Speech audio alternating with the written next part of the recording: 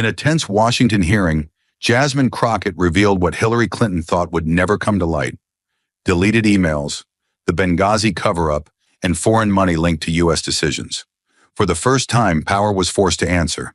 But what no one saw coming was this. What did Jasmine do that left the entire room speechless and forced a nation to finally look? Stay with us. This is a story worth every second of your time. The morning air in Washington, D.C. was sharp and unforgiving, as if it sensed what was coming. A pale sun hid behind thick clouds, casting the Capitol in a cold, colorless light. Outside the tribunal, reporters stood in silence, bundled in coats, eyes fixed on the oak doors. Inside, the room was warm but tense, like a courtroom seconds before a verdict. Security moved quietly. Senators fidgeted with papers they wouldn't read. No one spoke it aloud, but the feeling was clear. This wasn't routine. This was the day something cracked. Then came the first entrance. Hillary Clinton walked in as if she'd rehearsed it, which she had 100 times. Black suit, pearl earrings, every step measured, every glance deliberate. She didn't look left or right. She didn't need to. She knew where the cameras were, knew how to look composed, reasonable, untouchable.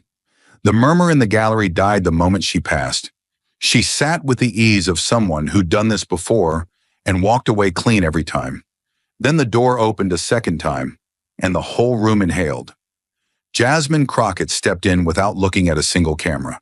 She didn't need to. The cameras found her. No entourage, no security detail. Just her, a thick leather file tucked under her arm, and a look that didn't flinch. Her coat was plain, her posture straight, her eyes locked dead ahead, like a soldier walking into enemy territory. No smile, no wave, only silence. The kind that said, "I'm not here to perform, I'm here to confront." She reached the front table, set her case down without ceremony, and turned to face Clinton. Her voice didn't rise. It didn't need to. It was calm, steady, and heavy as a hammer. "I didn't come here for rehearsed answers. I came to hear what you never said out loud." The silence held like a stretched wire, seconds from snapping, until Jasmine leaned forward, unlatched the case, and the air shifted again. She opened the folder with the same calm precision as a surgeon making a first incision. Clean, intentional, irreversible. The metal clasp gave a sharp, mechanical click that seemed to echo off the wood-paneled walls. Every movement was measured. No rustling, no wasted motion. Just her hand sliding one tab document forward, revealing a stack of printed emails, marked, highlighted, underlined. She didn't glance down. She didn't need to. She'd studied these documents not for hours, but for months. Then she looked up, straight into Hillary Clinton's eyes. No introduction, no build-up, no softened entry point. "Why did you delete 33,000 emails, including emails sent directly from our embassy in Libya?" The question hit with the weight of a hammer wrapped in silk. Her tone was even. Her voice didn't rise. But the intent was unmistakable. This wasn't a question. This was an accusation wrapped in fact, the kind you don't sidestep.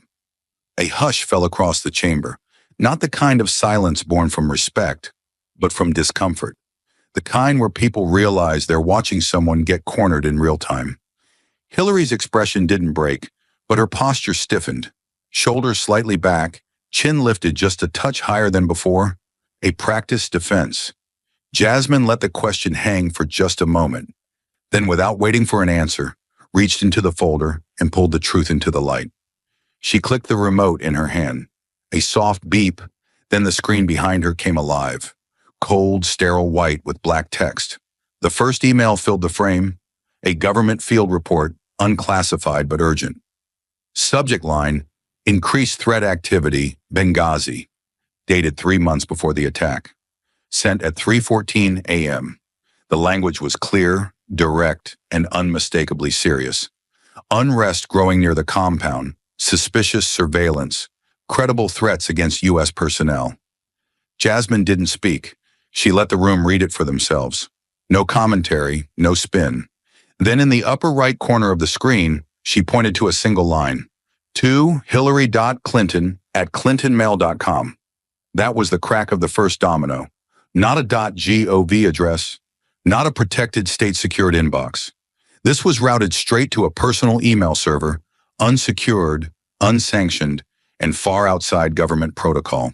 Jasmine took a step forward, voice quiet but cutting. That wasn't an oversight. That was a choice. That email didn't go to the State Department's official archive. It went to a private system housed in a basement, beyond accountability. Another click. The screen changed. Second email. Different date. New warning. Same sender. Same pattern. Jasmine flipped through them with cold efficiency. Her rhythm never changed. Each slide landed like a gavel. Precise, unrelenting.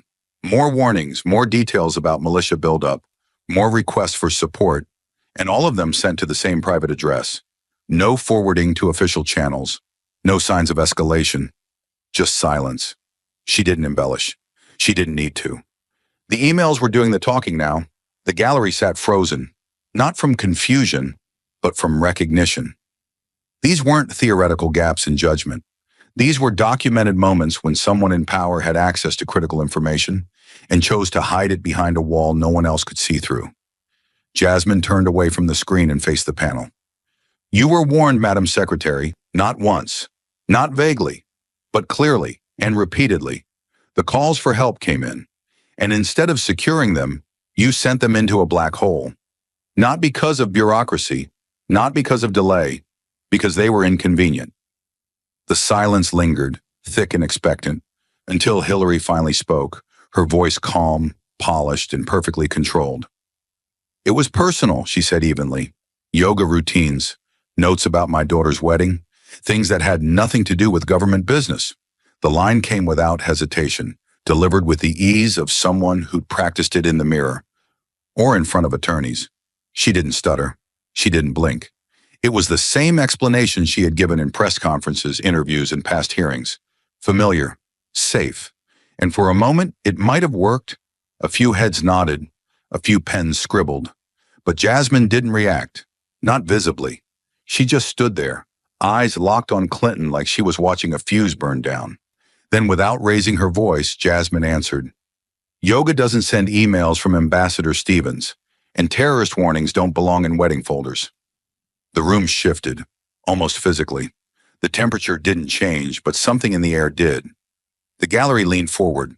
Reporters looked up from their notes. Even members of the panel, up until now composed and unreadable, blinked. It wasn't just what Jasmine said. It was how she said it. Clean, quiet, and final. Like she dropped a blade into the middle of the room and dared anyone to pick it up. She didn't stop there. Jasmine took a small step toward the center of the floor, her voice steady as stone. Let's stop pretending these were grocery lists and gym schedules. Let's stop pretending a 4-star ambassador was emailing you about centerpieces and cake flavors. She raised her hand and motioned to the screen behind her, where the email from Ambassador Stevens still glowed, time-stamped, direct, and grim. Then her eyes snapped back to Clinton. You didn't delete clutter. You deleted context. You deleted accountability. Clinton said nothing, but the shift in her posture betrayed the weight of the moment, a subtle tightening in the jaw, a long, slow breath through the nose. And still, Jasmine kept coming. There were men on the ground asking for help.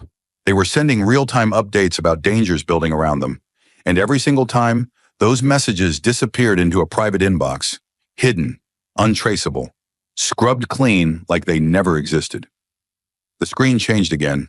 Another email, another date, another plea from the consulate. Jasmine pointed without looking. Did that look like a yoga tip? Was that about flower arrangements? Her tone was colder now, stripped of frustration, driven by fact. You called them personal, but there's nothing personal about war zones.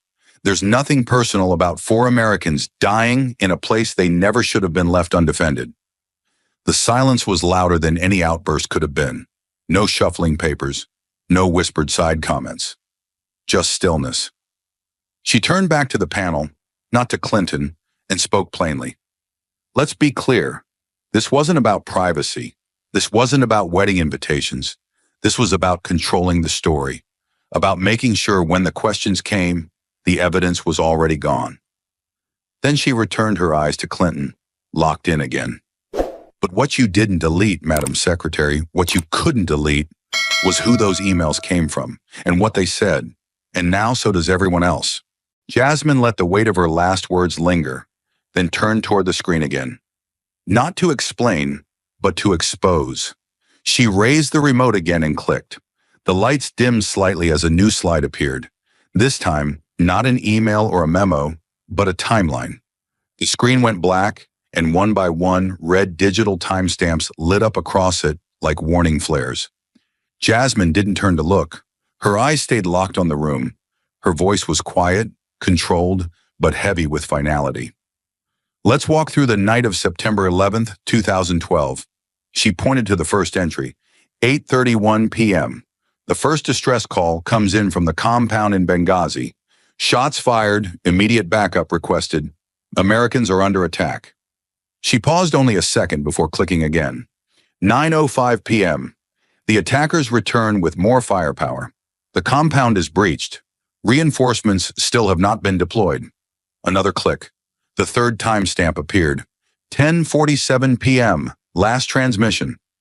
Communication goes dark. After this moment, no one inside is heard from again. The air in the room tightened. Jasmine didn't blink. She clicked once more.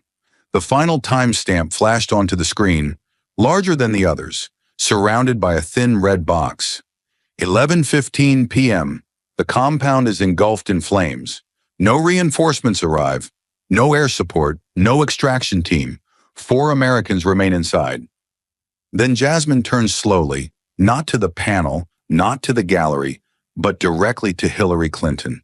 The tension in the chamber pulsed like a heartbeat. Jasmine took a step closer, her tone turning sharper, not loud but unmistakably surgical. Madam Secretary, where were you during this timeline? She let the question settle. At any point between 8:31 and 11:15, did you personally monitor the events as they unfolded? Did you issue any orders to respond? Did you speak with anyone who was trying to get those men out alive? No dramatics, no accusation in her tone. Just the kind of cold, exacting demand that can only come from someone holding the facts in plain view. Jasmine didn't break her gaze. She wasn't asking out of curiosity. She was asking because someone had to, and because the timeline behind her had already said enough. Clinton shifted slightly in her seat, folded her hands, and leaned in toward the microphone. Her voice was composed, familiar, and carried the weight of practiced response. We acted based on the intelligence at the time, she said, pausing just enough to sound confident but not defensive.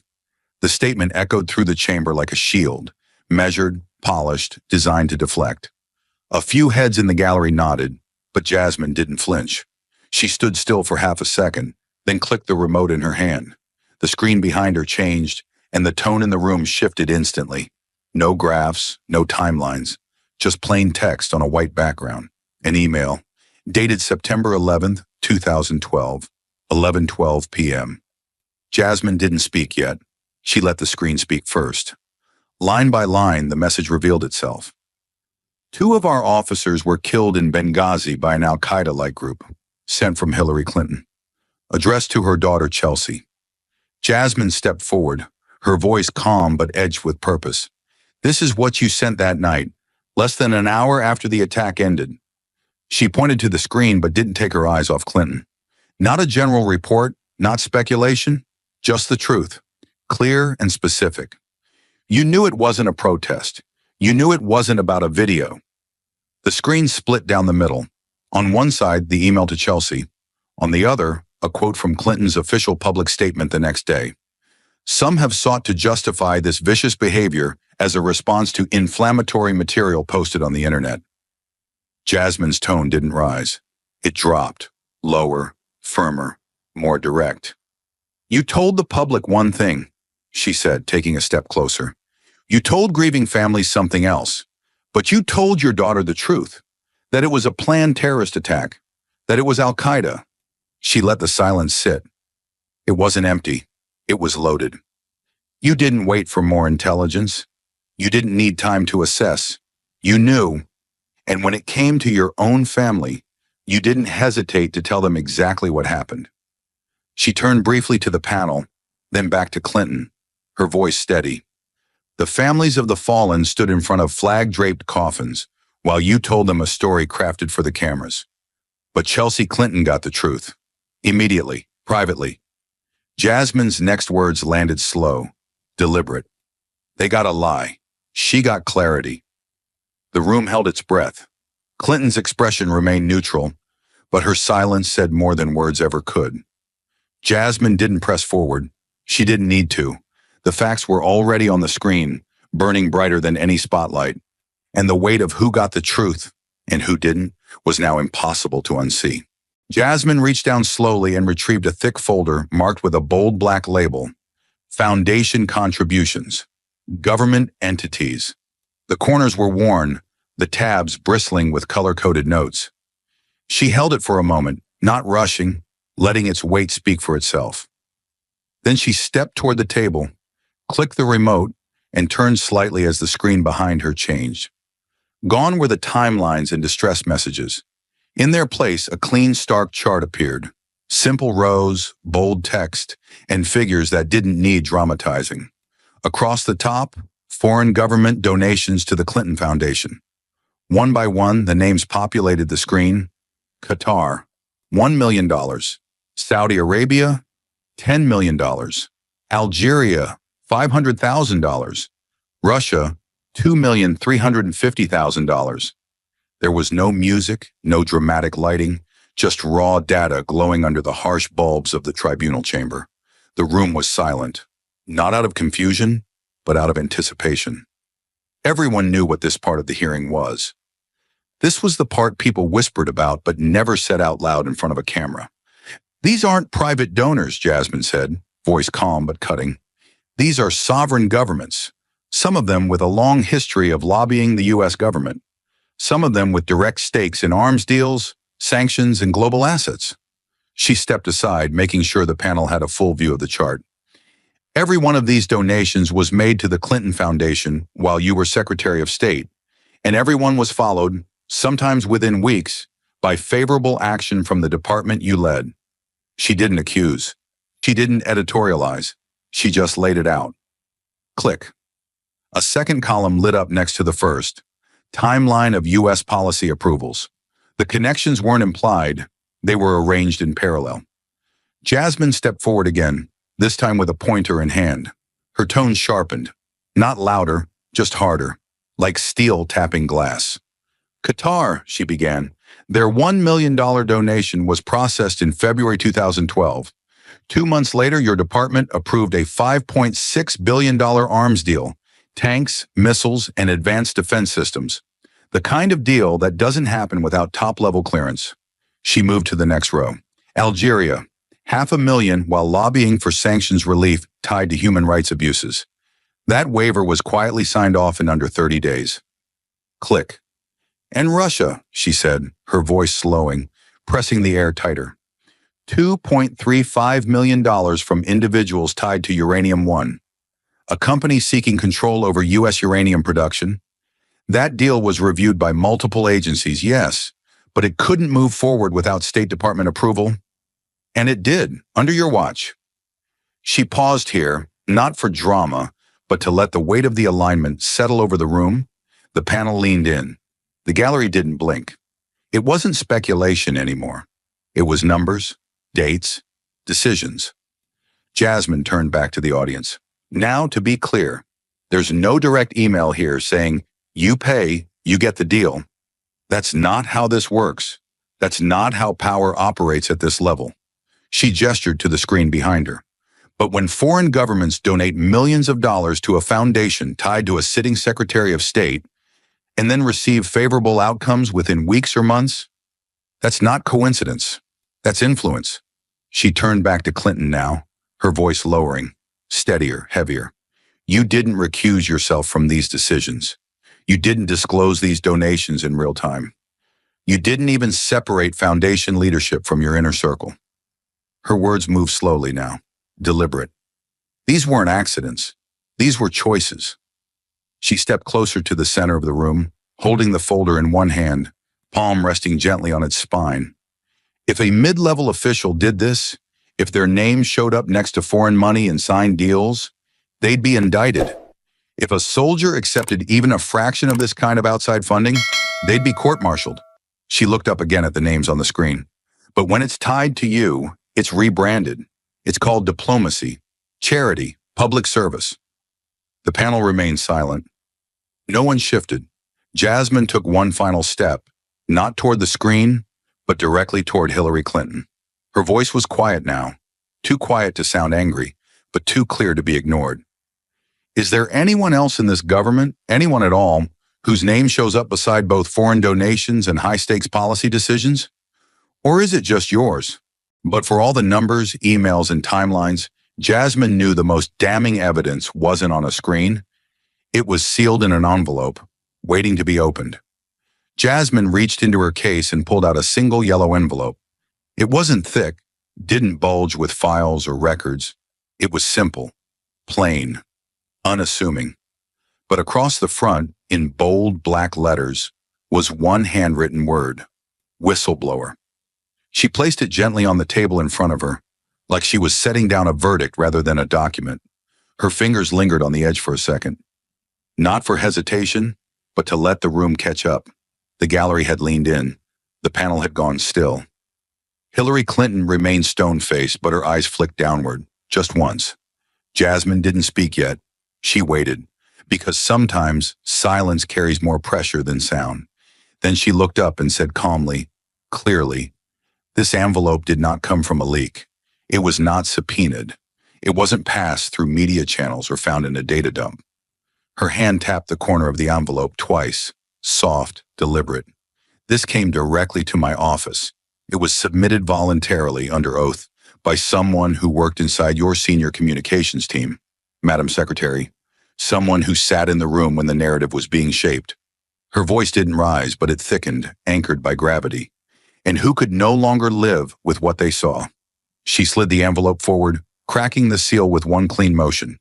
Inside, a single affidavit. No branding, no legal theatrics, just a simple page, signed, dated, and notarized. Jasmine lifted the paper and unfolded it with care. The rustle of the document echoed in the chamber like the drawing of a blade. This statement is from a former senior staffer who worked with your internal media response unit during your time as Secretary of State, she said. They were present for internal strategy discussions surrounding the fallout from the Benghazi attack. They were present when the email server was first discussed. And they were present, she paused, looking directly at Clinton, when the narrative was decided. Jasmine glanced at the page, then began to read. Her voice didn't waver. I was present for at least 3 internal meetings following the events in Benghazi. During those meetings, concerns were raised about the political damage the attack could cause. Secretary Clinton's team was aware that early reports pointed to a planned terrorist operation. Despite that, the group collectively agreed to pursue an alternative message for the press and the public. One staff member said, "Just blame the video for now. We'll figure out the rest later." That comment was met with no objection. Jasmine lowered the page for a moment, letting the words land like a slow-moving tremor through the room. That's a direct quote, she said quietly. Not from an op-ed, not from a pundit, from someone who stood inside the room, who watched the response take shape. Not in confusion, not in chaos, but in coordination. She took a few steps toward the panel, affidavit still in hand. According to this sworn testimony, the use of a private email server had already been internally debated prior to the attack. The whistleblower confirms that warnings were raised, technical risks, legal complications, exposure under FOIA. The response? Downplay it, keep it internal, keep it out of official systems. She turned back toward Clinton, not with anger, but with unshakable clarity. So the claim that this was all just improvisation, reaction to incomplete intel, that's not what this statement describes. This wasn't panic. This was planning. Jasmine returned to the document, reading the next line with precision. After the second wave of attacks, the Secretary's team focused heavily on managing public perception. The phrase, spontaneous protest, was inserted into talking points repeatedly, even after internal memos confirmed the use of military-grade weapons and organized movement. The phrase terrorist attack was deliberately removed from internal summaries before press distribution. She stopped reading. For a moment, no one said a word. It wasn't silence out of shock anymore. It was something heavier, recognition. This was no longer about negligence. It was about orchestration. Jasmine looked to the panel, holding the affidavit gently but firmly in her hands. This wasn't just about what was said. It was about what was erased, what was rewritten, what was fed to the public as truth, while another version lived behind closed doors. Then she turned back to Clinton. The room held its breath. "You didn't wait for full intelligence," she said softly. "You had enough to know what it was. And still, you told grieving families one story while telling your daughter another. You told the nation it was outrage over a video, while internally scrubbing the word terrorism from your own staff's reports." Jasmine looked at the paper again. Then slowly, she read the quote one last time. Clear, sharp, unforgettable. "Just blame the video for now. We'll figure out the rest later." She folded the affidavit, placed it flat on the table, and slid it back to the center like a final move in a chess match. Her tone didn't change. It didn't have to. That's not intelligence failure. That's strategy. That's control. She took one step back, both hands now free, and glanced around the room. If a junior officer falsified a report like this, they'd be court-martialed. If a government contractor erased language like this from an official document, they'd be indicted. But when it happens inside the walls of the highest office in diplomacy, when the truth is edited for optics, the consequences disappear. Her gaze returned to Clinton. There was no anger in it, only resolve. You didn't misjudge the threat. You just miscalculated what the public deserved to know. And with that, Jasmine stepped away from the table. The envelope remained where she left it, centered, unopened by anyone else, but impossible to ignore. The room didn't move, because something had just shifted, and everyone in that chamber could feel it. But even with everything already revealed, Jasmine knew the final blow wouldn't come from what had been hidden. It would come from what had been weaponized. Jasmine clicked the remote again, and the screen behind her faded to black before lighting up with a new title. Clean, stark, and heavy, the Steele dossier. There was no explanation offered. There didn't need to be. Everyone in the room recognized the name. Everyone knew what it had meant. The weight of that phrase alone was enough to shift the atmosphere in the chamber. No charts, no bullet points, just those three words, centered on the screen like a headline that never stopped echoing. Jasmine stepped away from the podium and walked forward slowly, the silence tightening around her steps. Then she stopped, turned to face Hillary Clinton, and asked her first question without blinking. "Madam Secretary, do you know who paid to create this document?"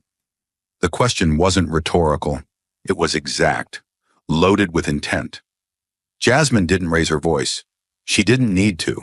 The sharpness of the words did all the work. For a moment, Clinton didn't answer. She looked at Jasmine, then at the panel, then back at the screen, as if measuring her response. But Jasmine didn't wait. "Do you know who funded the research that became the basis of the dossier? The research that launched a federal investigation? That triggered surveillance on a U.S. citizen? That appeared in FISA applications, presented to a federal court as intelligence?" Each sentence landed like a slow, deliberate strike. Jasmine didn't flinch, didn't break rhythm. She let the tension stretch, then stepped once again toward the witness table. "Was it your campaign? Was it the Democratic National Committee? Or was it both?" She didn't need to accuse, she just asked. But everyone in the room could feel what was behind the question. The quiet accusation buried in the facts, the pressure of truth coming closer. Clinton shifted slightly in her chair, not noticeably, but enough. Jasmine held her gaze, speaking plainly, as if reading from a ledger instead of delivering a challenge. This document wasn't filed quietly. It was passed to the FBI, to journalists, to government officials. And once it entered circulation, it didn't just shape opinion, it triggered action. She motioned to the screen again, where the words Steele dossier remained unmoving. It became the basis for wiretaps, FISA warrants, a surveillance campaign against a political opponent. An entire country was pulled into years of division, doubt, and investigation because of what this document claimed. Her voice softened, but it didn't lose strength. And now the question isn't whether you knew about it. The question is when.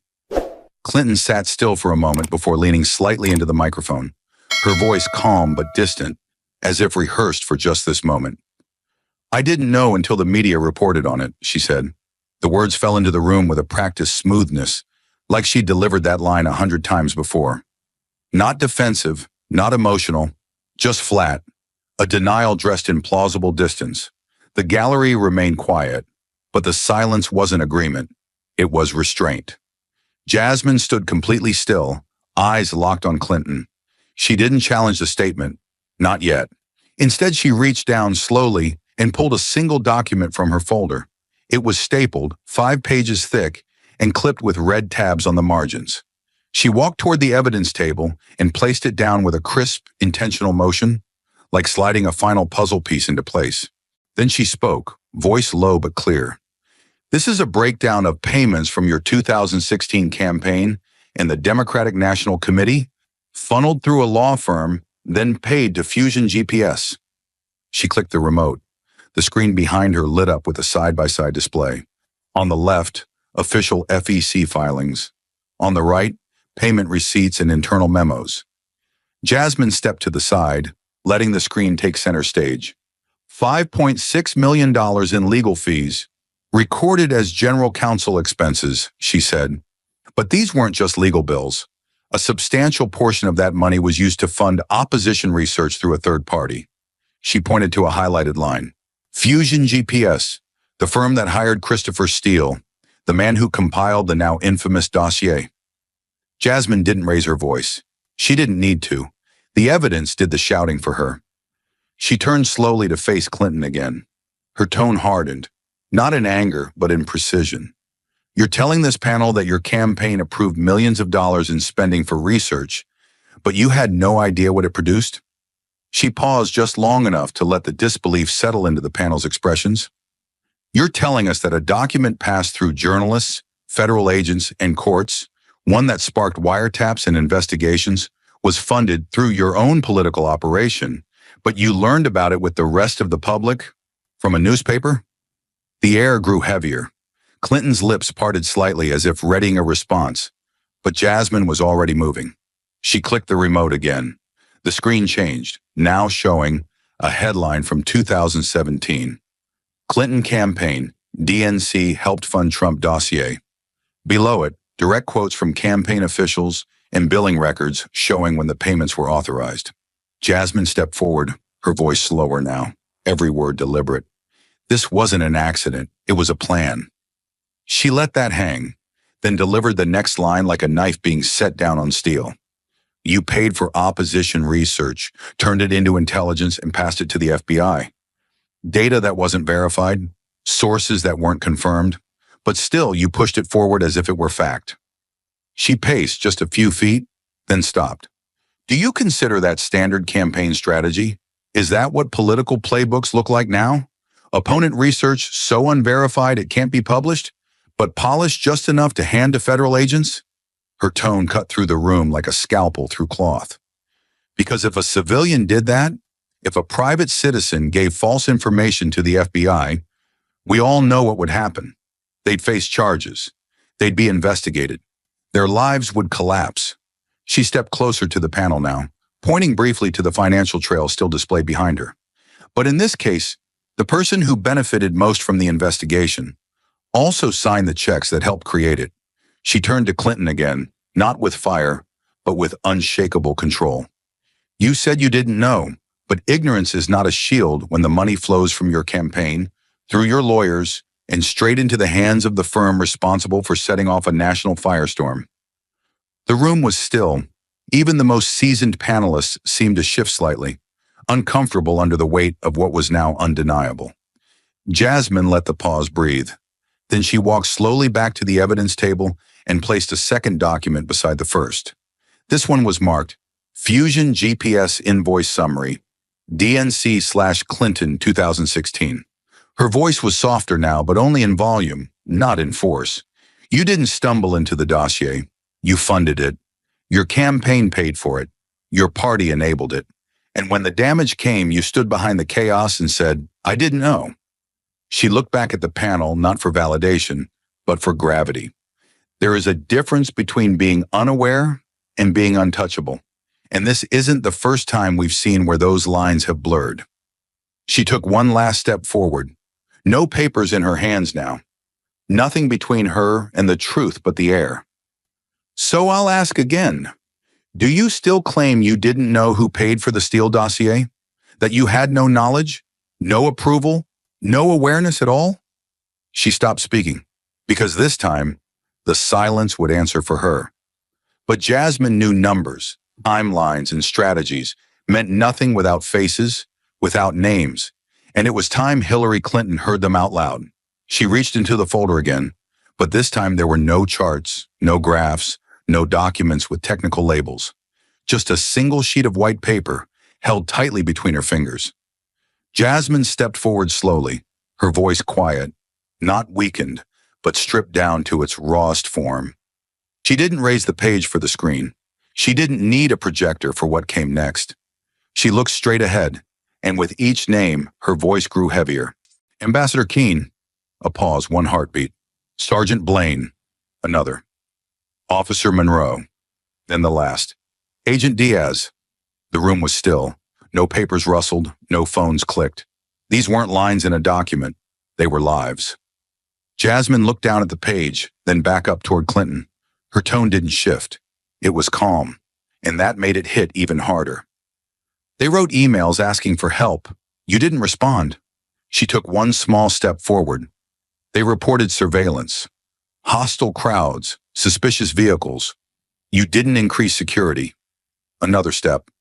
They were attacked, outgunned, outnumbered. You didn't send reinforcements. Her eyes narrowed slightly, not with anger, but with something colder. They died, and you sent a press release saying it was a protest gone wrong. She let that hang, not for effect, but for weight, because no one could move until it sank all the way in. Behind her, the screen remained black. Jasmine didn't need a visual anymore. The power of what she was saying didn't need assistance. She lowered the page slightly but didn't put it down. These weren't nameless officials. They weren't anonymous faces. They were Americans. They believed someone would come. They believed someone in Washington was listening. She turned her eyes to Clinton again. They believed you were listening. Another pause, tighter this time. Then Jasmine stepped forward again, slowly, silently. Not behind the podium. Not beside the panel. She walked across the center of the chamber, step by step, until she stood just a few feet from Hillary Clinton's table. The tension in the room shifted, like watching two fault lines draw closer. Jasmine looked down at the paper in her hand one final time. Then she folded it in half, carefully, and placed it on the table between them. Then she said the quietest line of the day, and somehow it struck harder than all the rest. That night you went home and went to sleep. She took one final step forward. But they never woke up. The words didn't echo. They didn't need to. They just landed, heavily, perfectly, like a closing door. Jasmine didn't raise her voice.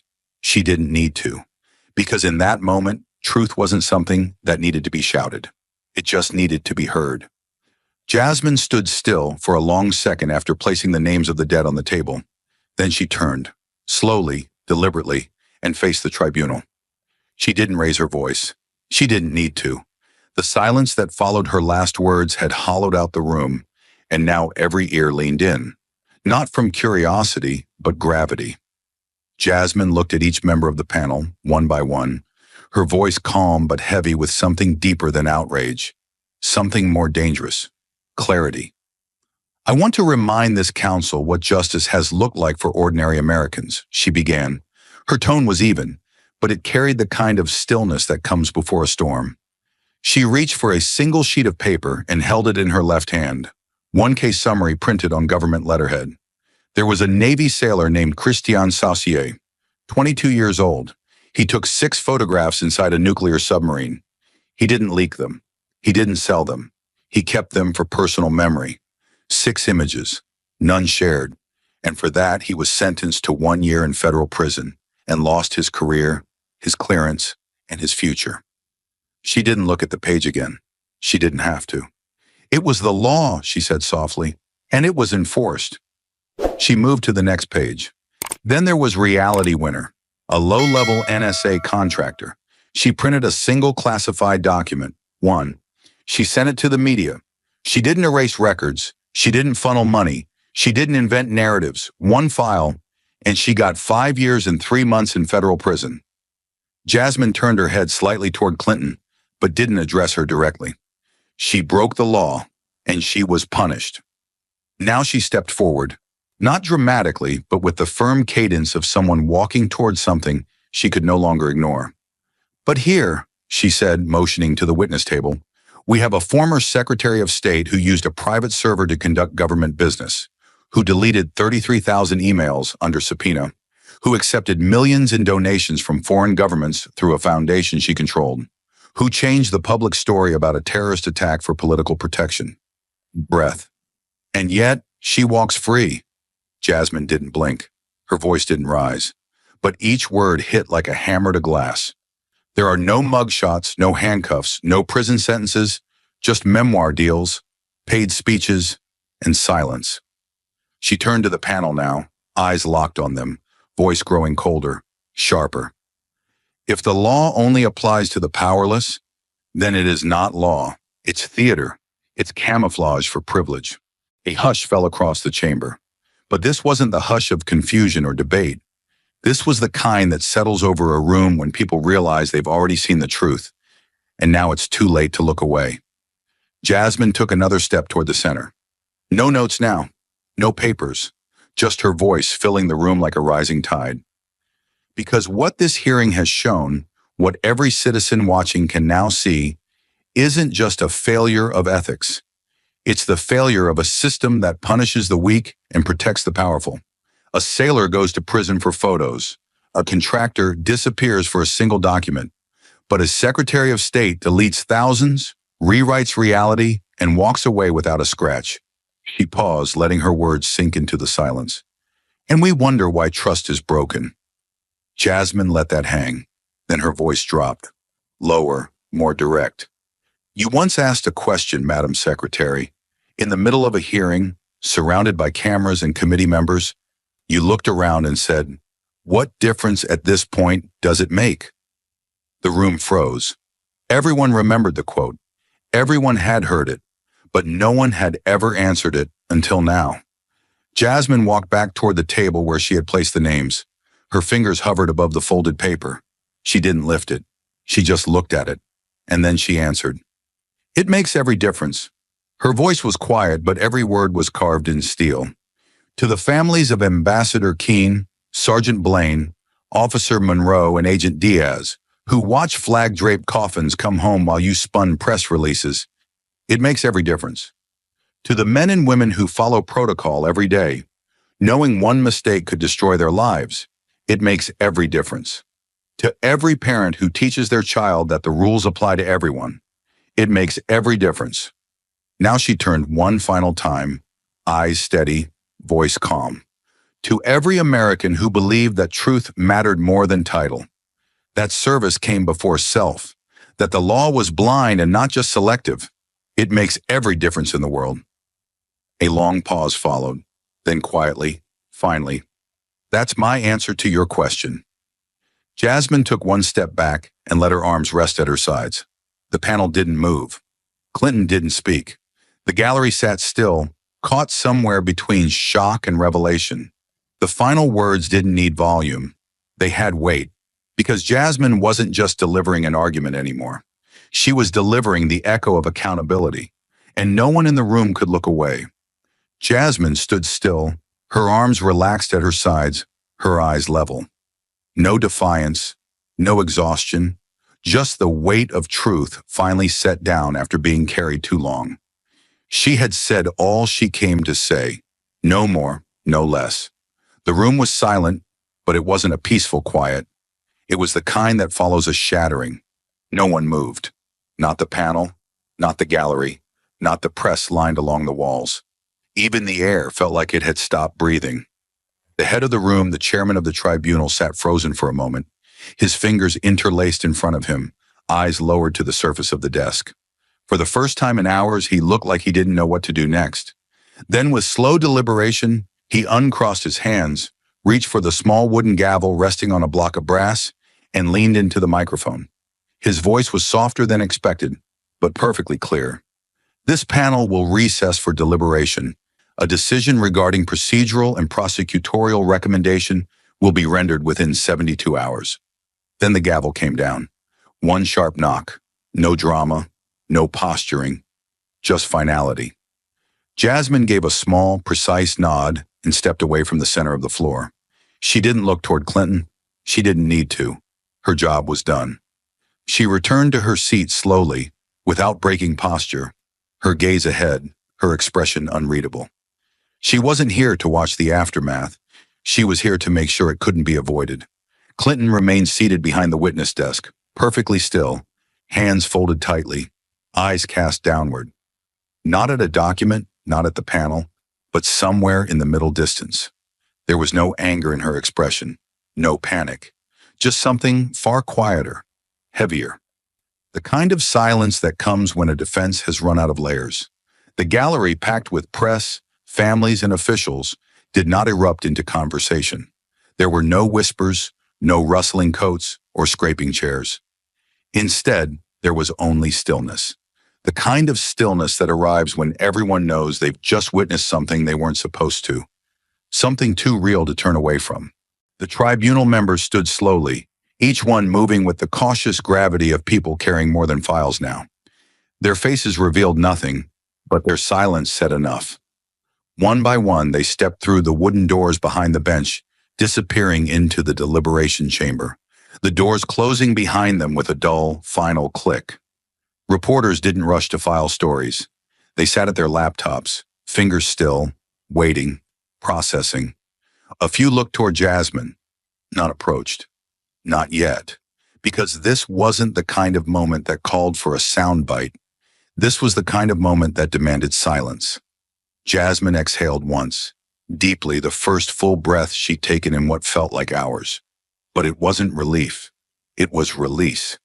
Behind her, a military veteran in uniform, one of the Gold Star parents in the gallery, stood slowly and then, without a word, placed his hand over his heart. Others followed. No applause, no chants. Just still figures rising from their seats in quiet solidarity. Jasmine didn't acknowledge them directly, but she felt it. All of it. A young woman from the press pool finally broke the silence, whispering into a phone. She didn't just testify, she dismantled the room. Cameras, still active, captured every angle of the aftermath. Clinton seated, Jasmine still, panel gone, gallery on its feet. No one cheered, because what Jasmine had done wasn't entertainment. It was reckoning. Security guards stationed by the doors made no moves to usher anyone out. Even they understood. This wasn't over. Not yet. Outside the hearing room, the marble corridors of the Capitol were already filling with movement. Staffers darted to deliver updates. Journalists adjusted their earpieces, preparing for live hits. Political aides stood with tight jaws and hunched shoulders, whispering about fallout, about timing, about damage control. But inside that room, none of that had begun. Because truth had just been spoken without filter, and the system wasn't used to absorbing truth all at once. Jasmine remained seated. Her folder lay closed in front of her. No pages left to turn, no words left to underline. Her posture didn't relax. She didn't check her phone. She didn't even sip water. She just sat quietly, eyes on the tribunal bench where the panel had disappeared. Her mind wasn't racing. It was steady, focused. She hadn't delivered that hearing for drama. She delivered it for the record, for history, for the families, especially for the families. Clinton eventually rose, wordlessly, guided by her legal counsel. She didn't speak to the press on her way out.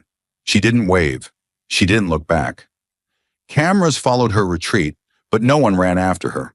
Her departure wasn't a newsworthy exit. It was just quiet. And somehow, that silence said everything. Within the hour, headlines began appearing across every platform. Crockett confronts Clinton, a political earthquake on Capitol Hill. Unanswered questions, undeniable facts. Justice has a voice. Jasmine Crockett's unrelenting testimony. Clips from the hearing surged across social media, not chopped up or rebranded, just raw footage.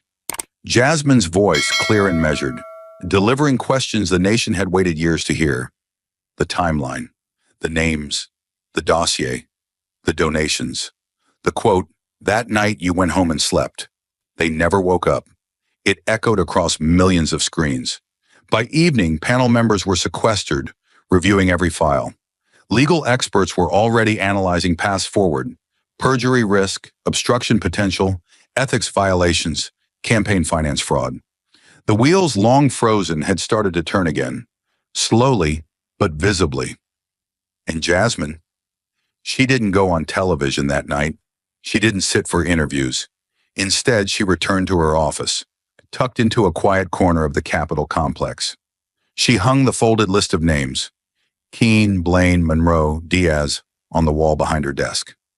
Then she opened her laptop, pulled up the case index, and began reviewing procedures for civilian oversight hearings. Not because she had to, because she wasn't finished. Jasmine had never come to win a moment. She had come to break a silence, and now that silence was broken, not just in the hearing room, but across the country. Because when the powerful speak, the world watches. But when the truth speaks, and someone finally listens, the world begins to shift. The hearing chamber had gone dark. The tribunal recessed. Clinton exited quietly. Jasmine said nothing more. But outside those walls, something had begun. By the next morning, the footage of Jasmine Crockett's testimony had spread like wildfire. Not because it was explosive, but because it was impossible to ignore. There was no dramatic music, no partisan commentary, just her voice, calm and relentless, asking the questions no one had dared to say aloud under oath, asking them plainly, answering them with evidence, delivering them without blinking. The networks tried to keep up, but the internet didn't wait. Her questioning was clipped, captioned, reposted. Millions watched, then tens of millions. Within 24 hours, the video of Jasmine reading the names of the 4 fallen Americans had surpassed every political broadcast that year. It wasn't the performance that caught people. It was the precision, the stillness, the way she stood with nothing but a folder in her hand and forced the most protected figure in American politics to sit through every unanswered truth. In a country exhausted by shouting heads and theatrical outrage, Jasmine's restraint was louder than any scream. Hashtags surged, but this time they weren't empty. So their names returned, not as a protest chant, but as a reminder. Keene, Blaine, Monroe, Diaz. Each name began trending on its own. Their families, once used as symbols in political ads and press briefings, now found something they had been denied for years: clarity. Jasmine didn't speak to the media. She didn't appear on panels. She didn't tweet, but her silence only amplified her message. Cable news anchors, left and right, sat with the footage for hours. Some tried to poke holes, others tried to pivot, but the panel's raw footage was impossible to spin. No interruptions, no edits. Just one woman with a steady voice, reading off classified timelines, verified payments, and sworn affidavits. Then the stories began to change. Veterans organizations, groups known for caution and neutrality, issued a rare joint statement. For too long, politics have buried the truth. What Jasmine Crockett did was not partisan. It was patriotic. Gold Star families spoke next, quietly, firmly. "She didn't exploit our pain," one father said during a local interview. "She honored it. She said what we've been saying for a decade. Only this time, the country heard it." Other public servants came forward, not anonymously, not through leaks, but on the record. Former State Department staff, mid-level security advisors, military attachés, each confirming small pieces of the puzzle Jasmine had laid out. Not new scandals, just confirmations. Quiet validations of everything the American public had been told to forget. It wasn't loud. It wasn't theatrical.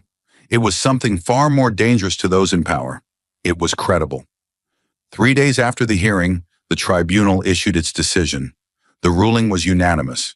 Based on the evidence presented, The tribunal officially referred the matter to the Department of Justice for criminal review. A special prosecutor would be appointed. Congressional oversight hearings would be reopened. All prior immunity deals were to be reviewed. No exceptions, no expired timelines, no redacted protection. For the first time in a decade, the words Clinton and accountability were no longer just paired in headlines. They were paired in legal documents. But the story didn't end with subpoenas. It continued in living rooms, in classrooms, in offices, in veterans' halls, and church basements. Parents sat with their children watching Jasmine's closing words replayed on late-night programs, YouTube clips, and news recaps. You once asked, what difference at this point does it make? I'll answer that for you. To the families of 4 Americans who never came home, it makes all the difference in the world. That quote didn't just resonate, it redefined the moment. Political scientists called it the clearest reframe of government accountability in modern congressional history. But for regular people, it meant something else. The game was no longer rigged beyond reach. People flooded congressional offices with calls, not demanding outrage, but answers. Town halls went viral. Staffers, long desensitized to public feedback, reported receiving more handwritten letters in a single week than in the last 5 years combined. Some letters weren't angry, just tired of lies, tired of evasion, tired of watching the rules only apply to the ruled. In the weeks that followed, oversight committees reconvened. Closed investigations were reopened. The email deletions were reevaluated under new standards of digital forensics. Foundation financial records were subpoenaed again, this time under the jurisdiction of a nonpartisan ethics panel. And at the center of it all, Jasmine stayed quiet. She didn't take interviews. She didn't publish a memoir. She didn't post a single comment. Instead, she worked, reviewing transparency legislation, advising on digital security reform, helping draft new regulations for federal record retention and campaign finance. Not because she wanted credit, but because now she knew the moment had become a movement. Months later, legislation passed. Small at first.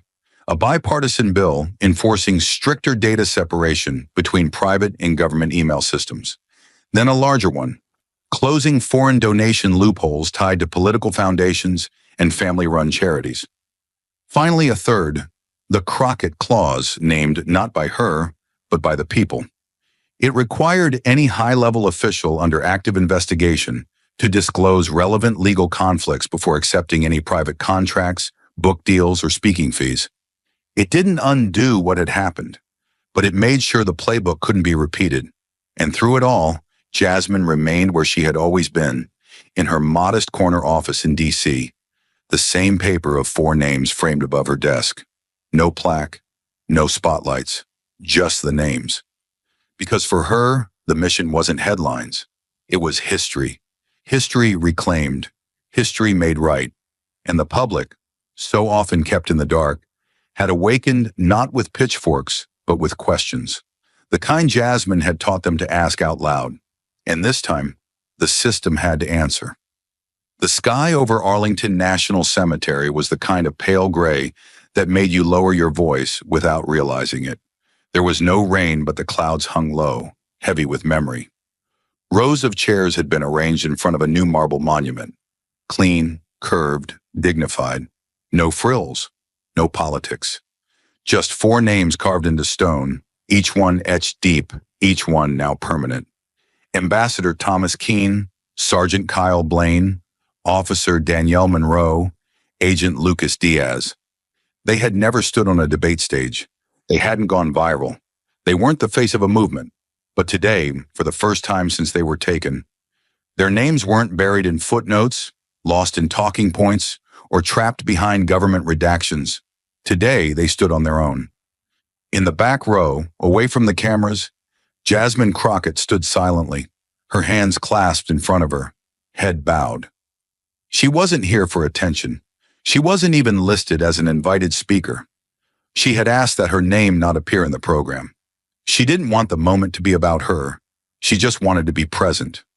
The family sat in the front, dressed simply. No flags, no banners, just love.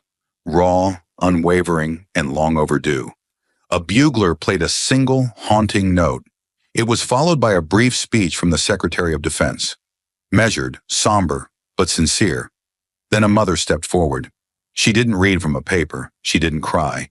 She simply looked at the crowd, then toward the monument and said, "They didn't ask for fame. They asked for help. And when they didn't get it, someone else finally made sure the truth did." She turned and nodded. Not to the crowd, not to the officials, but to Jasmine. Jasmine didn't respond with a wave. She just lowered her head slightly in respect. That was enough. In the years since the hearing, the nation had not forgotten. Justice wasn't fast. It never is. But it had moved. The federal review launched by the tribunal had led to the declassification of nearly 1,000 pages of previously sealed documents. Several former officials were brought in for questioning under oath. One top aide pleaded guilty to obstruction. 2 others were referred for ethics violations. The Department of State rewrote its internal security protocol. For the first time, a clear firewall was placed between private donations and foreign policy planning. No one went to prison. No one was paraded in handcuffs. But the rules changed, and that was the point. Jasmine had never promised revenge.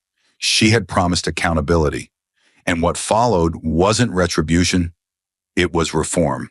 The ripple effects stretched far, across party lines, across agencies, across generations.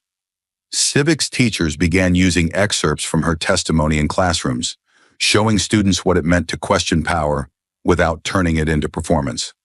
Law schools held panels titled Crockett versus Silence, How One Hearing Redefined Oversight. She declined most of the invitations, but the message spread anyway. Transparency legislation passed in 3 states. Local versions of federal reforms Jasmine helped inspire. Whistleblower protections were strengthened. A new Office of Record Integrity was created under the Government Accountability Office, ensuring that future communications, classified or not, couldn't be wiped away with a keystroke. The political class, even in its cynicism, took notice. You could no longer dodge responsibility with charm. Not after Jasmine. Not after the hearing that exposed just how fragile truth had become. In the months following the dedication ceremony, Jasmine quietly returned to her work. She declined TV contracts, refused offers for book deals, even the lucrative ones. Her name was floated as a candidate for higher office, but she gave the same answer every time. "I don't need a bigger platform. I need a stronger system." Her office remained modest, same desk, same view, same coffee mug with the words, "Serve, don't perform." On the wall behind her, one thing had changed. A framed photo of the new memorial in Arlington. Below it, a quote. Not from a founding father, not from a textbook. It was her own. If the law only applies to the powerless, it is not law. It is power in disguise. People came and went. Staff rotated in and out. But that quote stayed, because it wasn't just a warning. It was a promise. Years later, when the dust of politics had long since settled and new scandals chased new headlines, there was still something about that moment, that hearing, that stayed in the nation's bloodstream. It wasn't just about Clinton. It wasn't even about Benghazi. It was about finally drawing a line, not with rage, but with reason, not with noise, but with truth. And at the center of it all was a lawyer with no agenda, no spotlight, and no hesitation. Just a folder of facts, a voice of steel, and the clarity to say what needed to be said. The legacy she left behind wasn't a monument or a movement. It was something rarer, a reminder. That courage doesn't always roar. Sometimes it stands still at a table, locks eyes with power, and says the one thing that cannot be spun, cannot be buried, cannot be denied. You knew. And in that stillness, the country remembered what justice was supposed to feel like. Not loud, just real. Thank you for watching until this moment and for standing with us on this journey for justice. Your support means everything. Like, subscribe, and turn on notifications so you never miss what's next. And we'd love to hear your thoughts. Leave a comment below and let us know what moved you most in this story. Together, our voices make a difference.